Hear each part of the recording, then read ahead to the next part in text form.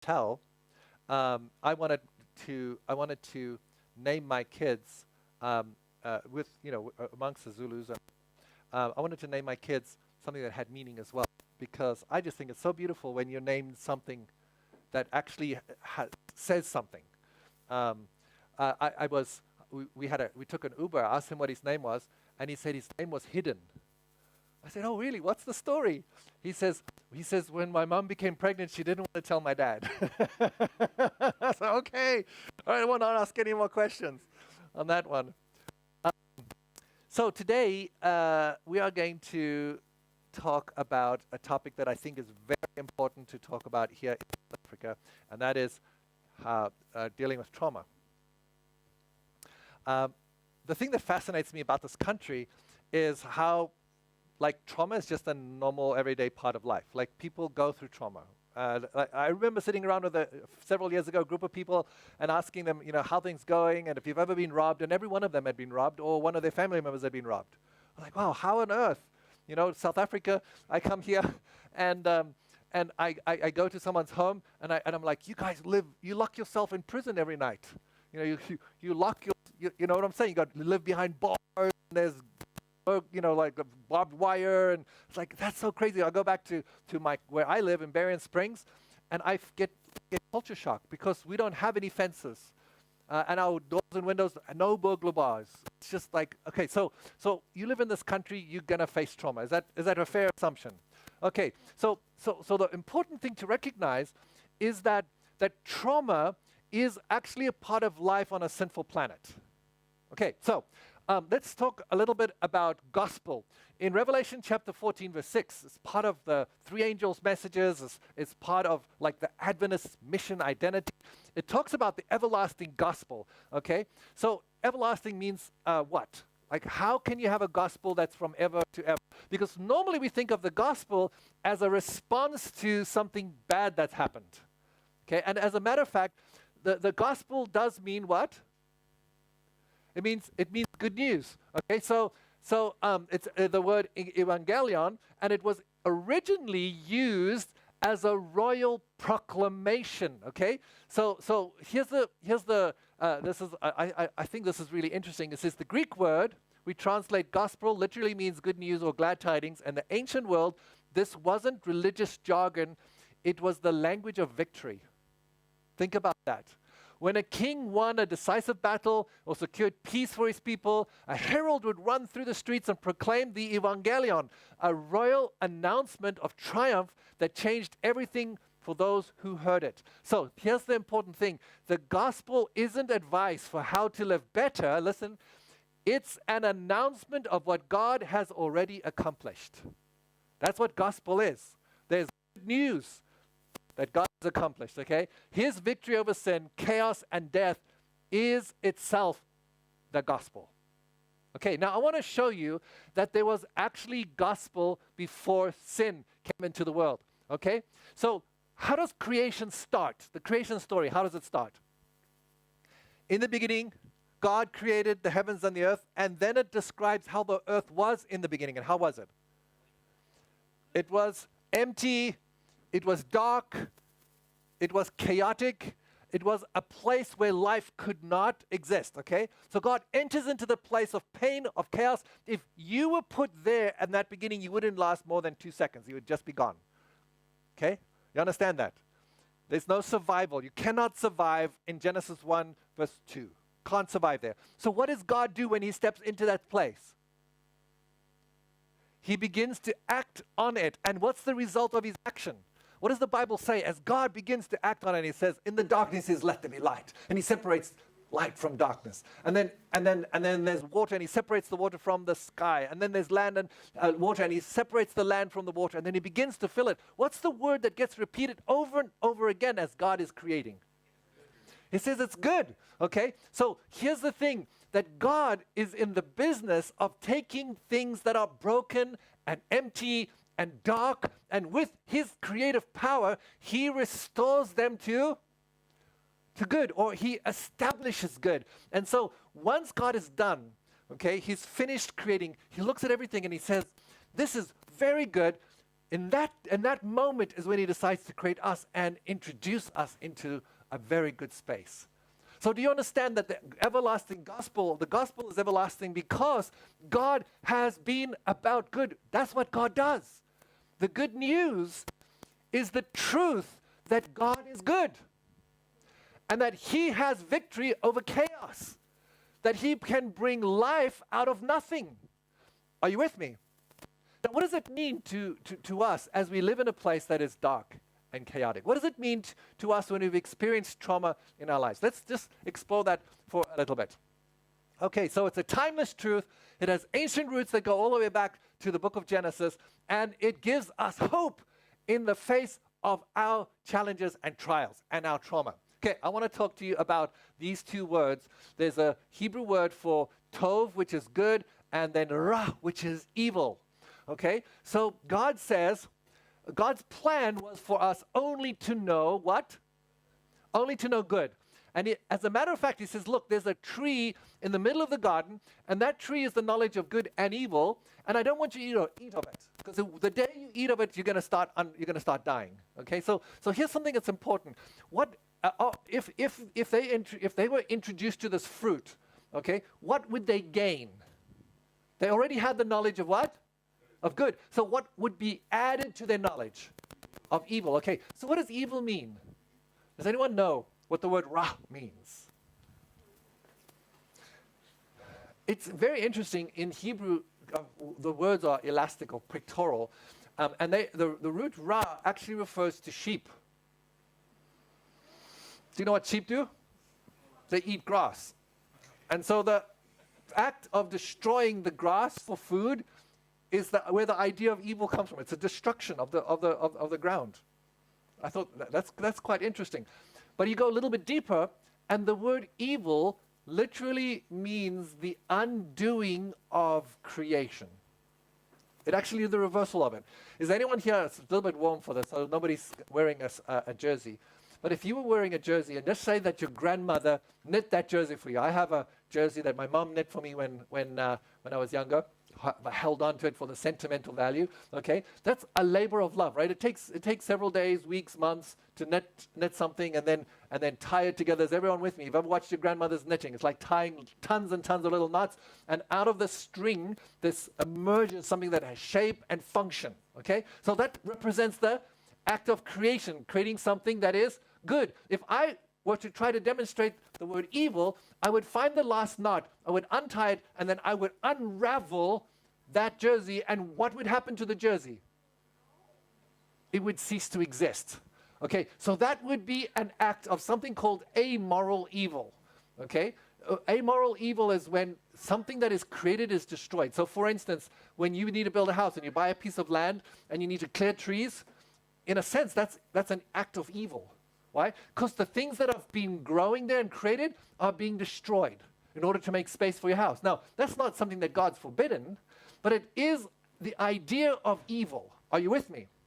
Okay, so what does evil do to creation? It undoes the created order, and so the result of evil is from life back to death. It's the most natural progression. Are you following me? Okay, so here's an important question.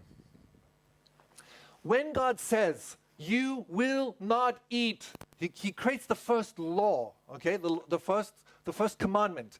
Actually, there's other commandments. The first commandment is, you are free to eat, okay? And then there's a command, be fruitful and multiply and fill the earth. So those are commands that give too. But the first prohibition that God gives us is, you shall not eat from that which will give you the knowledge of, or add to your knowledge of good, add evil. What is the command? What is the prohibition? What's the purpose of that prohibition as you look at the slide? What is the purpose of that prohibition? To protect good. Do you understand that? Okay, so God is saying, I've created this space where life can flourish, where fruitfulness is possible, okay? And I don't want to introduce, I'm asking you not to introduce the principle that will undo that. That's in essence what it means, okay?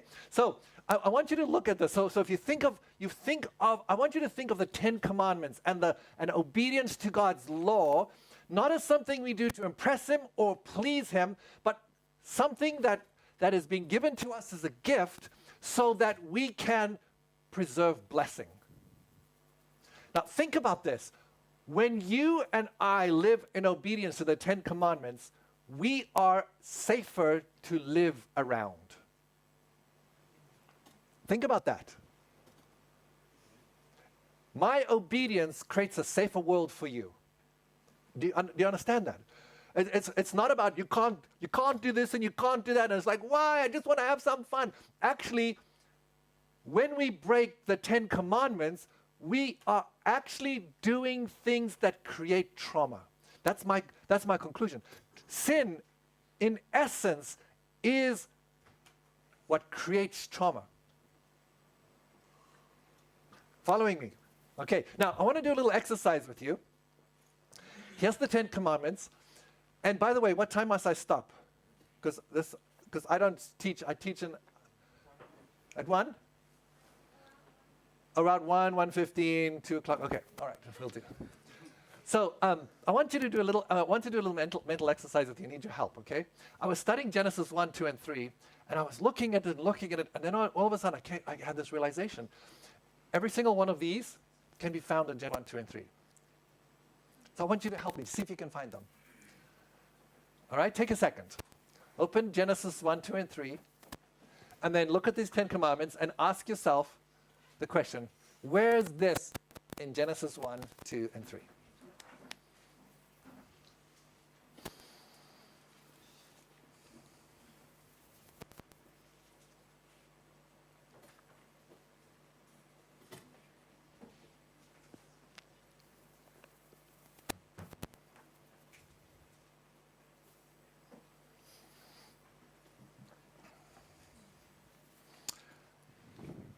So let's look at the first one. Has anyone got any idea? You shall have no other gods before me. What does it mean, you shall have no other gods before me?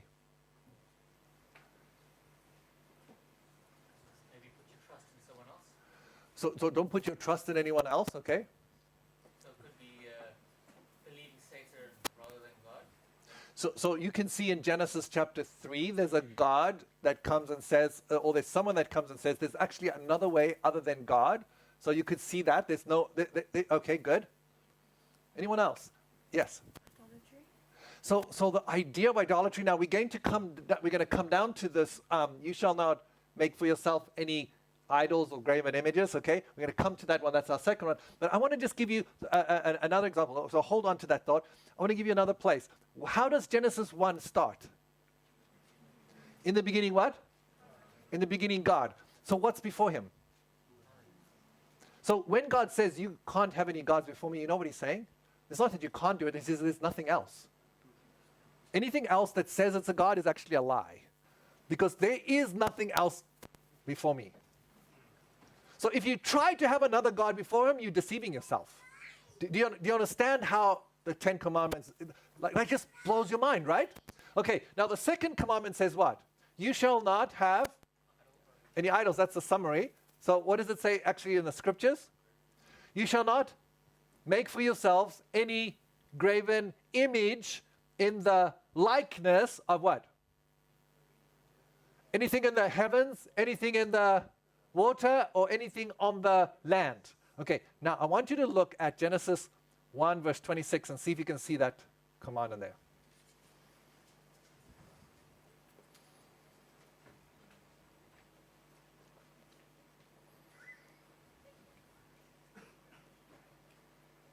You see it? That's absolutely blew my mind. Someone over here, are you guys seeing it? What are you seeing? Same words. Okay, you're seeing the same words. Okay, so what's the significance of it?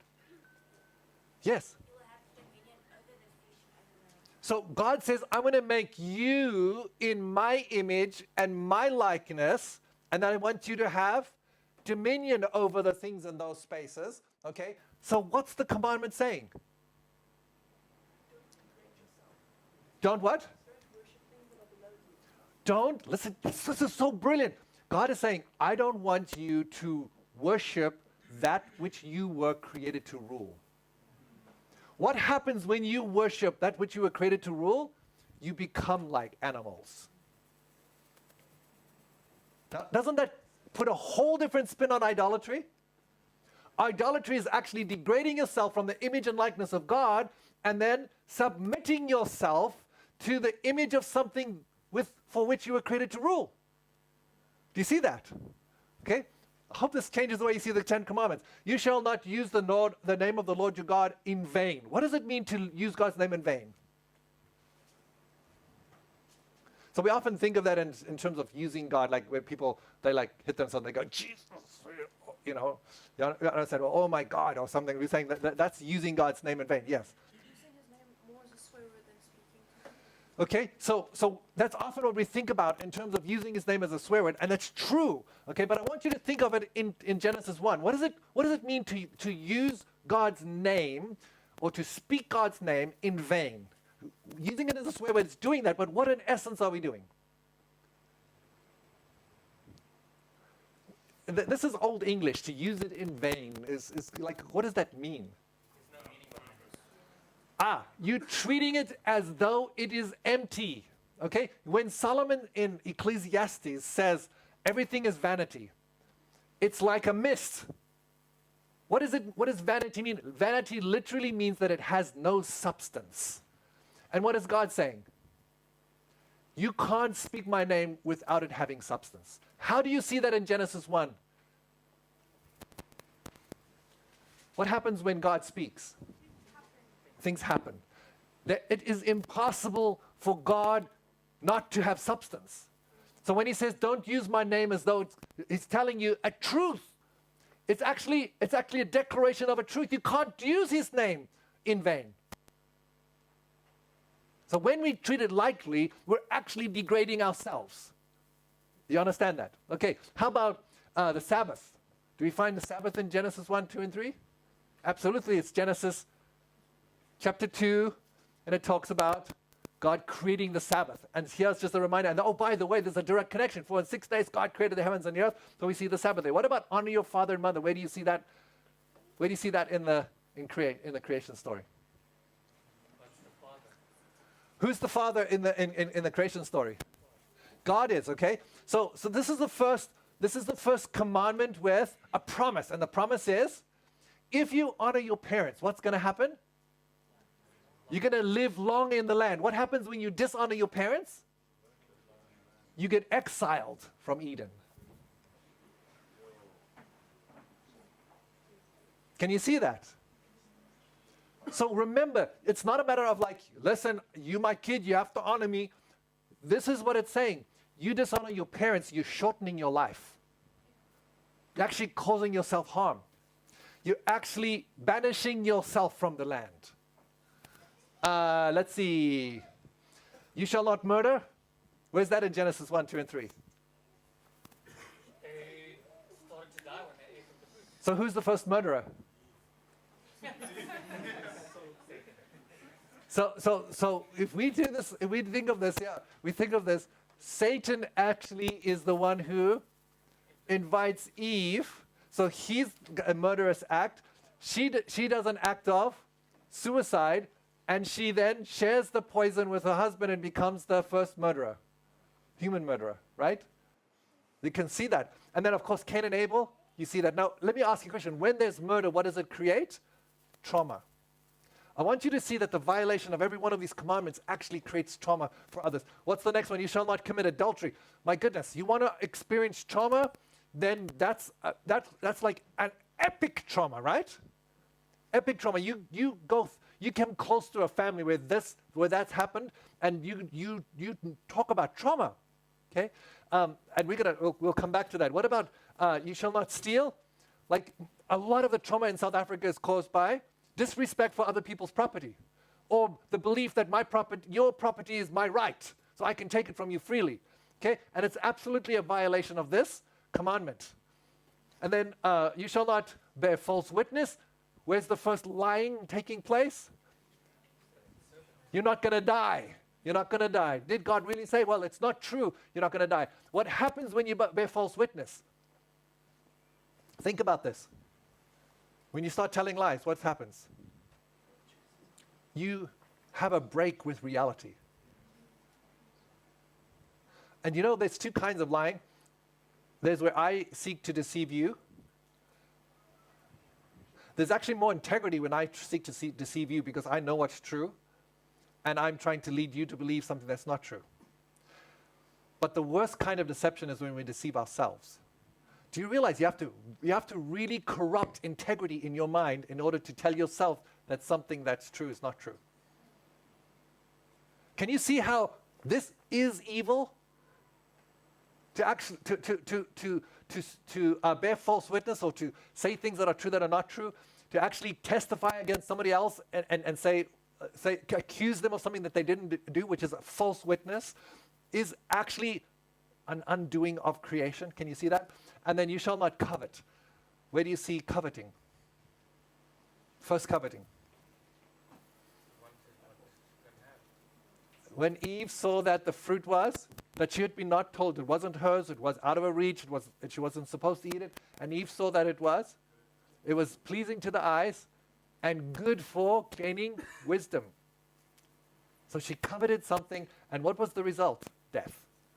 Can you see how the Ten Commandments are established as a wall, not to keep us from good, but to preserve good? Does that change the way you see the Ten Commandments? I hope it does.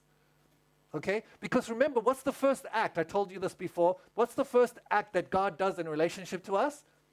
The first thing. Like the first word that describes when he meets us. Like they could have used any word, but the word that he uses for the introduction between us and God is the word.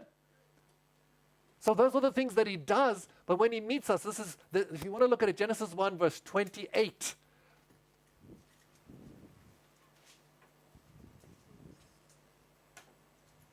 What's the word that's used when God meets humankind? He blessed us. So do you realize the heart of God for us is to do what in relationship to us? Is to bless us, right? And so when God says, I don't want you to do something, what's he telling us? I want to preserve blessing. I want to protect you from losing the blessing. And here's the thing that's interesting is that when you get to Genesis 3, the things that God created and gave us for blessing are actually reversed, and instead of blessing you have curses. You following? Okay, so now let's take a look at this. What happens when sin enters? This is when trauma begins, okay? Shame, fear, hiding, accusations, and ultimately death. And you can just imagine the trauma that people are feeling. Now, does anyone here know what trauma means? Okay? What is it? What is trauma? Trauma is when an individual experiences an event or a series of events that is threatening or harmful and overwhelms their capacity to integrate that experience, causing lasting adverse effects on emotional, physical, social, or spiritual life. That's huge, right? What is a trauma? Is when you experience something that actually disrupts your ability to live life well. It actually disrupts it. It actually takes it away from you. That's what a trauma is.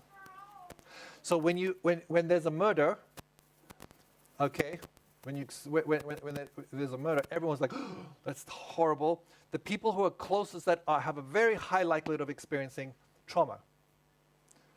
Okay, how does it feel? Has anyone had their home robbed? Okay, so, wow, look at all those hands. South Africa, my goodness. Okay, what is the feeling that you have when you come home and you realize your home has been robbed? It's just trauma, right? But what is it? What is the feeling? What's words? Huh? You don't feel safe? You feel? Invaded. Another word that comes, loss, you said? Okay. Often the word violated comes up, right? You feel violated, and now the place that was the place you sleep is no longer a place where you can sleep safely. That's what trauma is. Someone did something that actually robs your safety. Are you with me?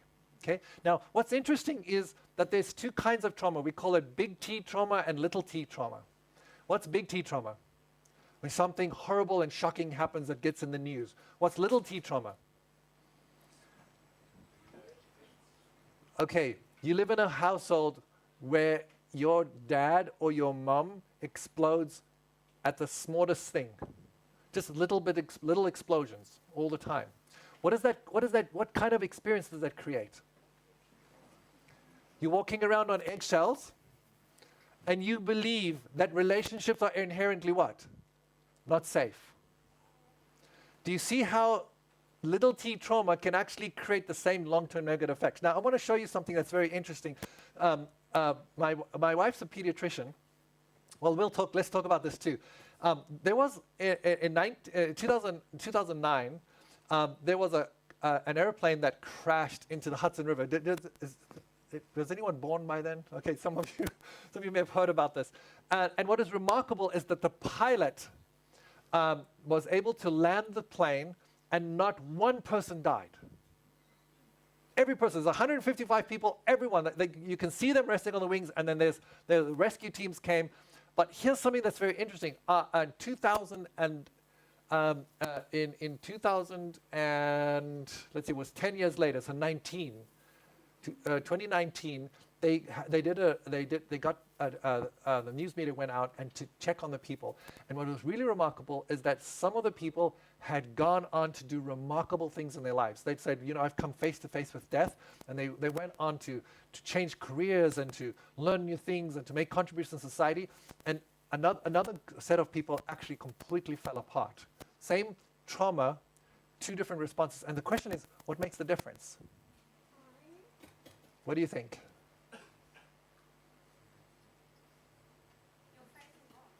Okay, so you're pointing to that, like you said, when you went through these hard things, you prayed, faith in God. What about that made the difference? I don't know, it's like process of understanding.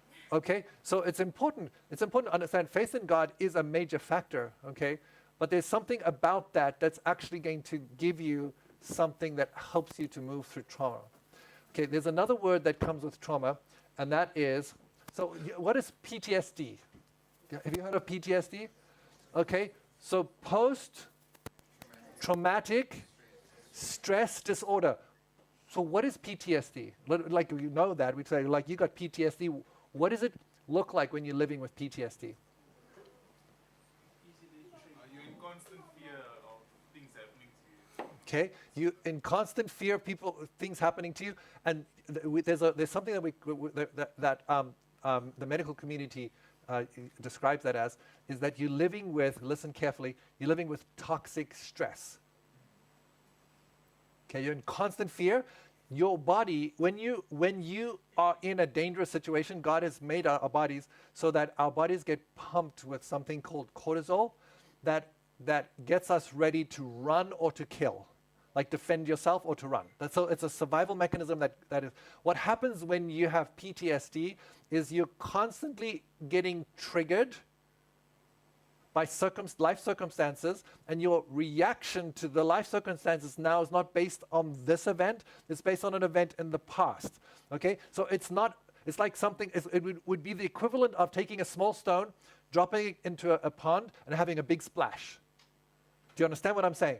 It's like a disproportionate response. Okay, but that experience of having that toxic stress in your body is actually creating inflammation in your body. Did you know that? Okay, I'm going to talk a little bit more about that. You had something you want to say? Please add it. Yeah, sorry, I was Please. Focusing on what you were saying, so now I forgot what I was It's gone. Okay, if it comes back to you, stop me. Okay, I want to hear. Sorry. Okay, so let's take a look at this. What are some of the things that heal? Why some people heal and why some people don't? There's a word called resilience. So resilience is actually a measure of your ability to experience trauma and get through it and recover well. People who have low resilience tend to crash and burn through trauma. People who have high resilience tend to go through, it's like having shock absorbers. Okay? You hit a pothole and your shock absorbers are shot, you lose a wheel. You got really good shock absorbers, then you hopefully don't lose the wheel. And then in South Africa, it's a chance anyway, 50-50 chance because the potholes are. I love the South African word for potholes, the Afrikaans word. It's so descriptive. It's like a slaughter hole, right? This is the slaughter holes. Yes, South African really has them. You can be slaughtered. Okay, so here's the things. These are the things that equal resilience. Watch this. Secure relationships, safety and predictability, meaning and purpose, and faith and community. All of those things together are the thing that create resilience. Are you with me? Okay, so what happens when you live in a world where people are disobeying the 10 Commandments and you're experiencing trauma? How do we recover from trauma? Well, remember, we started by talking about the gospel. Okay, and I want to just tell you, it's one thing to say the gospel is good news because it's going to save us for eternal life and save us from our sins. The question is, does the gospel help us recover from trauma? Because when you have experienced trauma, that's bad news, right? When do you need good news? When you've experienced bad news, right? Okay, so the important thing to understand about the gospel is that the gospel actually has something to offer if you've experienced trauma. It's something real that God has to offer us, okay? All right, so let me just show you a few, talk to you a few more things here. Has anyone heard of the ACEs study? Anyone here in psychology? ACEs? Nobody, okay. So you've heard of it. So ACEs, yeah, in search and rescue, you're gonna study that. So ACEs represent adverse childhood experiences, okay? And what's really interesting about the study, and let me put this up. They did a study. There was a population that they were working with that could not lose weight. They were morbidly obese. And I don't know if you've ever seen pictures of people in America. It's very rare in this country or in Europe to see people that are this obese, but America's got this thing where people are morbidly, so 200-300 pound people, okay? So they're trying to help these people to lose weight, and they just could not do that. They would come down, and then they would relapse and start eating again, and they couldn't understand why. And that's what actually led them to understand that there was a correlation between what they were experiencing and adverse childhood events. Now, they came up with 10 questions. There's actually more questions that can be asked, but they came up with 10 questions. So I just wanted to look at these questions. Did a parent or adult swear at, insult, or frighten you? Did anyone touch you sexually or make you touch them? Did you often feel unloved or unsupported? Did you often lack food or clean clothes? Were your parents separated or divorced? Was your mother physically hurt? Did someone in your home abuse substances? Did someone in your home struggle with depression or suicide? Did a family member go to prison? And did you often feel unsafe at home? So how many questions are there?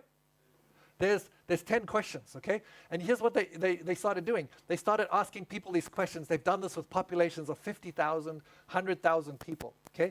And they started correlating the score. So if you answered yes to 1, you would have a score of 1. If you had a yes to 3, you had a score of 3, okay? What they found is that people with a score of 4 or more were 600 times more likely to have severe depression or suicidal ideation or addictive behavior. 4 out of 10.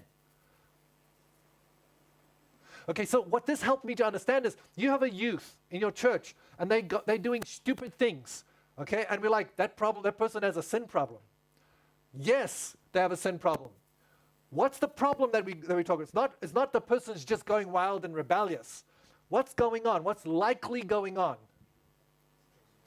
It's likely that they've experienced some sort of trauma and they're starting to act out now that they can break through. And unfortunately, in many churches, that trauma comes from religious trauma. Because you had parents that tried to enforce the 10 Commandments with a stick. Are you following me? So what picture do you have of God? God is someone, and religion is someone that inflicts trauma. It's not a loving place, it's a painful place. Or you go to church and one of the elders molests you sexually. What kind of experience are you going to have in relationship to the church? How are you going to feel? Okay, so just understand that when people act out in ways that we think are like, that is crazy, why is this person just going wild? Why are they doing stupid, self-destructive things? what the study shows is there's high likelihood, it's not guaranteed, but there's a high likelihood that person has experienced significant trauma in their childhood. Are you following me? Now, I know that this is like stirring mud up because there's people here that has experienced trauma in this room, right? Just got to know that. If you've had your home robbed, if you've experienced something hard or shocking, what do you do about that? And that's the thing I wanted to talk to you about, because gospel is rubbish. It's like just talk unless it can actually bring healing to those wounded places. And I want to just suggest to you that the love of God and the community of faith and the fellowship of church is a place where we have the opportunity to go from trauma to resilience. Okay? That's what this is. Coming to camp meeting is actually increasing your resilience, my friends. Hanging out with friends, having support, talking to each other, being open and vulnerable, praying together, telling your stories are all part of the healing that we experience in a loving community. All right, so look at this.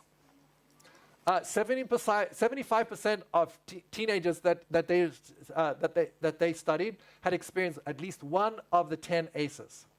Okay, if you had 4+ ACEs, like I said, there's a sharply higher risk of depression, anxiety, obesity, and chronic illness. And what's really interesting is that trauma. This is my wife's a pediatrician. What she's discovered is that trauma in childhood shows up as chronic disease in a medical practice. And doctors are like, oh, you got asthma. Let's give you something for asthma. Okay? That asthma is actually coming from toxic stress. That's because your body's pumping cortisol, you're having inflammation in your lungs, and that inflammation is making you less capable of responding to climate things and pollen in the air. And so the asthma is coming from trauma. And doctors haven't understood that, and in the last 15 years it's started becoming clear that there's a correlation between trauma and chronic disease. And the thing is that the good news is that when you deal with the trauma, the stress goes down, the inflammation recedes, and the body begins to heal. And you can't fix it with a pill. You actually have to fix it with community and resilience. Are you following? Okay. All right. Oh, there's one other thing I wanted to show you here. 20% report 4 or more. So it's possible in a room like this that 2 out of 10 of you have experienced 4 of a score of 4. Okay, and so you can see the 4+, higher depression, anxiety, obesity, chronic illness, addiction, higher risk behavior, and suicidal ideation or attempts. Where does it come from? It comes from experiencing trauma. And why this is so important to me is because we can do church, and we can look pretty, and we can sing nice songs, and we don't talk about these things. And so you go home and you feel lost, alone, depressed, and broken, and no one's mentioning that there's actually a solution for that. And that's just wrong for me. Okay? Listen to me. The same God who at the beginning of creation started with chaos, emptiness, and darkness can step into your life and turn your pain and darkness and emptiness and chaos into a place where flourishing is possible again. That's the declaration of the good news. There's someone who's won the victory over the consequences of sin that we experience in our lived lives on a sinful planet. Okay, are you following me? Okay, and that's not enough. Well, let me just show you here. This is, you can look at this online. You can see adverse childhood experiences, disruptive neurodevelopment, social, emotional, and cognitive impairment, so awkwardness or brokenness in relationships, isolation, high-risk behavior, depression, disability, and then early death is experiences. And by the way, I'll just tell you something. One of the first indicators of someone who's experienced trauma is they have poor sleep hygiene. If you have trouble sleeping, like chronically, can't put yourself to sleep, chronically tired, okay, that's going to affect your mental health, but that's a sure sign that you might have experienced significant trauma in your past. And don't ignore it. Okay, don't ignore it. Seek help for it, whether it's from the church or whether it's from a counselor, because there's good news, and that is once you process your trauma, you can actually live without it having power on your life. That's the good news, and that's what the gospel is. Okay, so anyone here heard of Viktor Frankl? Logotherapy? Okay, you need to read his book. Okay, Man's Search for Meaning. So Viktor Frankl was a survivor of Auschwitz. And while he was in Auschwitz, he realized that no matter what the Germans did to him, he actually had a choice how he was going to respond to suffering.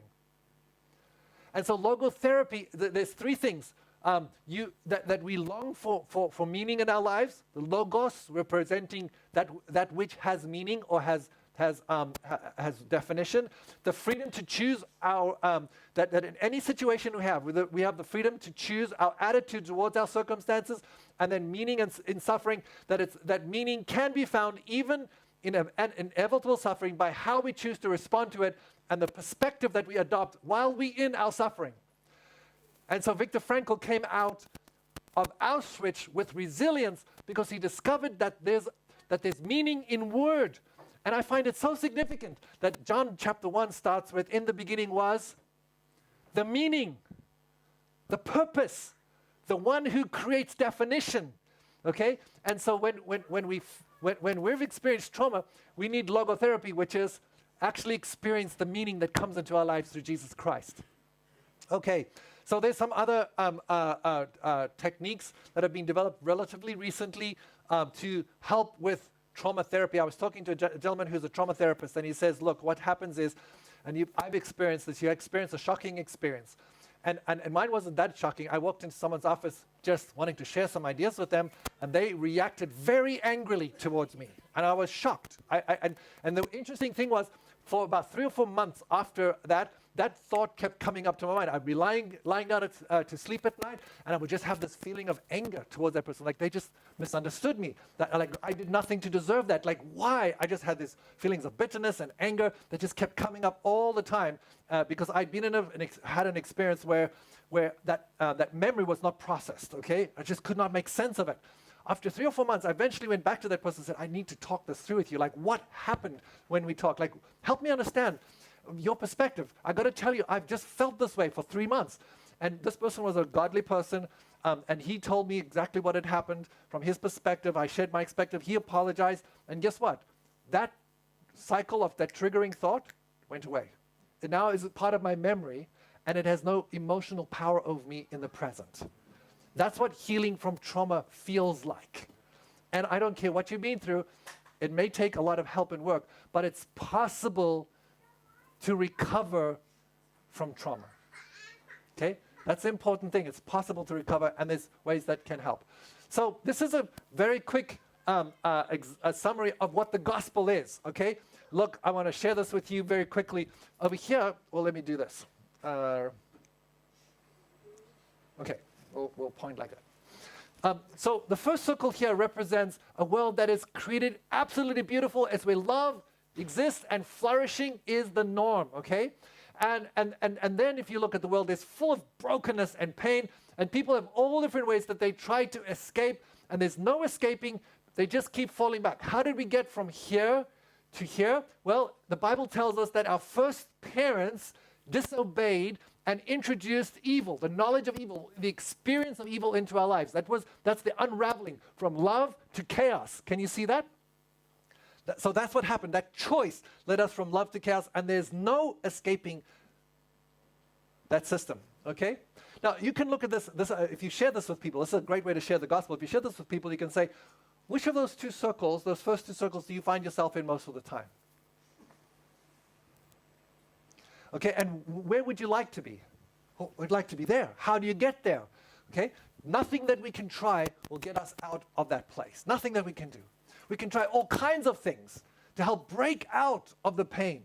Okay, so what did God do? He introduced something that only He can do.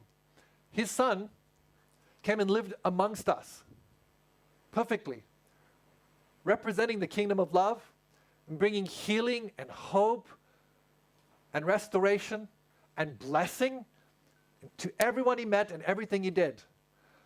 And we actually misunderstood Him He was a threat to us, and we put him on a cross, and he died. When he died, he actually took the full brunt of living in this space on himself, even though he had only ever lived this and given this. And because of that, and because he is God, he actually broke free from death through the power of the resurrection, and now he is King of Kings and Lord of Lords.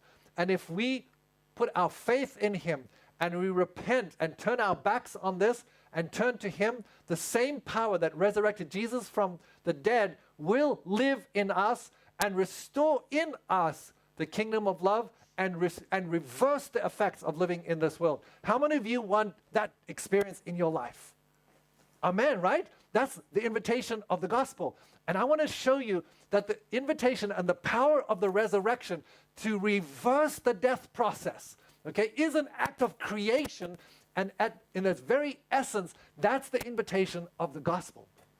The good news is to allow God to come into the traumatized life that you've experienced on this planet and let Jesus Christ bring resurrection power and hope into your heart and your life. Okay, Jesus says this, if you look here, through Christ's death, he grows resilience and reestablished connection, reestablished faith, reestablishes purpose, and reestablishes safe community because you've got people that are loving around you. There's safety, connection, meaning actually create new patterns of trust that are very, very important to us. And so I wanted to refer to Isaiah chapter 53 as we end here. It says, he bore our iniquities, right? And by his stripes, we are healed. Do you understand that the wounds that we have from the trauma of living in a sinful world are actually healed through the sufferings of Christ? And do you understand why is that so important? Because I look at my life and I think I am alone, I am undefended, and I look at Christ and I realize you can, no matter what you've experienced, think about this. No matter what you've experienced as trauma in your life, you can look at Jesus and he can tell you, I've experienced that too. Does anyone here have the shame of being an illegitimate child? Jesus can say, yes, I know what that's like. I was accused of being an illegitimate child. Anyone come from a place like Brakpan? You know what Jesus says? I came from a place that nobody thought anything good could come out of. I can identify with you. Has anyone of you experienced physical abuse? Jesus can tell you, yes, I know what that's like. Anyone experienced emotional abuse? People misunderstood him and talked bad about him his entire life. Anyone experienced sexual abuse? Do you know that Jesus was naked on the cross? God was exposed to everyone, and he can identify with your shame in being violated sexually. So when you turn to Jesus, he says to you, I am joining you in your suffering. Come. And the same power that I'm meeting you in the pits. And by the way, you hold on to me. The same power that raised me from the dead is available. And I and you will rise from this again. So Christian community is made up of broken people who have been redeemed by Christ and then reach out to one another and enter into the brokenness and darkness of other people's lives to bring hope. And what does that process do for us? We're creating resilience. Resilient community. In the midst of the darkness, we're pressing together and we're finding hope and we're pressing back the darkness. And my friends, that is what happens when the image and likeness of God is restored into us. Why? Because that's what God does. He goes to places that are dark and empty and void, and he steps in. At the end of his being there, it's a place where good exists and flourishing is possible. Think about that. Think about that. How many of you want to join me in saying, I understand the trauma part, I want to know the healing part? How many of you want to join me in saying that? Okay, And I want to tell you, there's going to be different levels of this. Some of you will have resilience. You've gone through some hard things, and all you need to do is be vulnerable enough to share with a trusted friend and say, I've gone through this. And that trusted friend would just say, oh my goodness, that's terrible. I'm sorry you went through that. Let's talk about this. Tell me how you felt. Tell me what went wrong. Tell me, and that processing is all you need.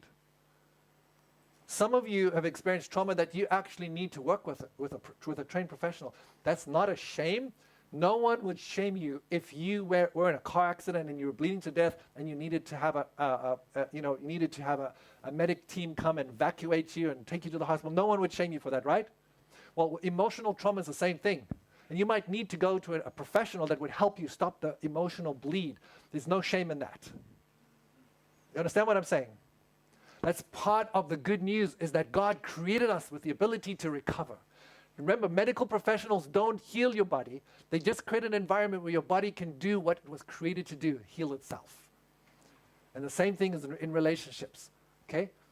That God gives us the capacity through love to begin to heal our minds and our hearts and our memories so that the things in the past don't control us in the present.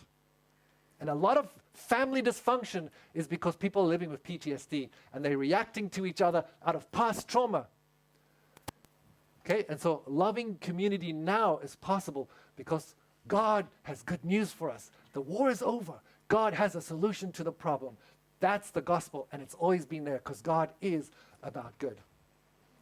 Okay, processing trauma through the gospel. Trauma lingers when unprocessed. Healing begins when we name, when we share, when we reinterpret our experience through grace.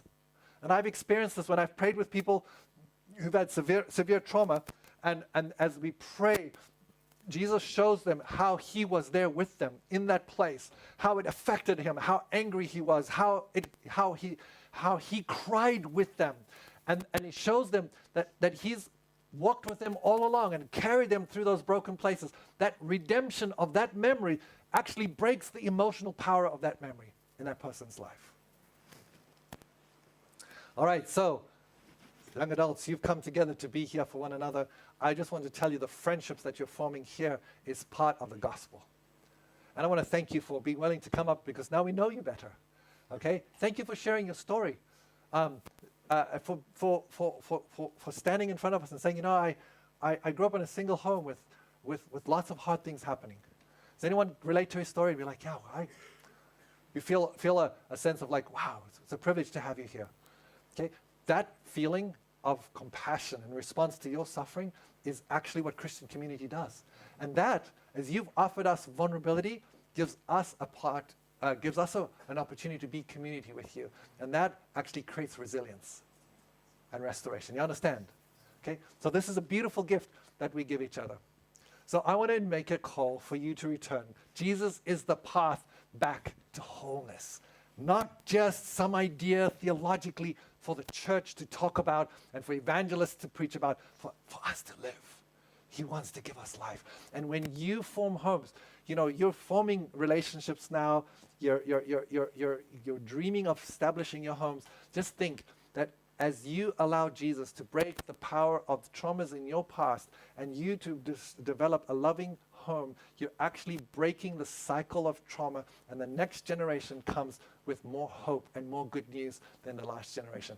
That's what the gospel is. Don't you want to do that? Have generations in the future have more hope than you had, less pain than you did, or more resilience than you did? That's what the church does. That's what the gospel does. That's what the Lord does to protect us. So I want to invite us to call to return. Return to relationship, return to obedience, and return to blessing. Would you like to join me in asking God to give us repentance, which means to turn around and return to the healing Christ, to the Creator who can take chaos and emptiness and darkness. No life is intimidating to God. And he can put us back together again. Let's pray. Father in heaven, thank you so much for inviting us to go from trauma to resilience. And I pray that you would break the power of those unprocessed memories in our hearts. Help us to have the courage to share with a friend or to share. And Father,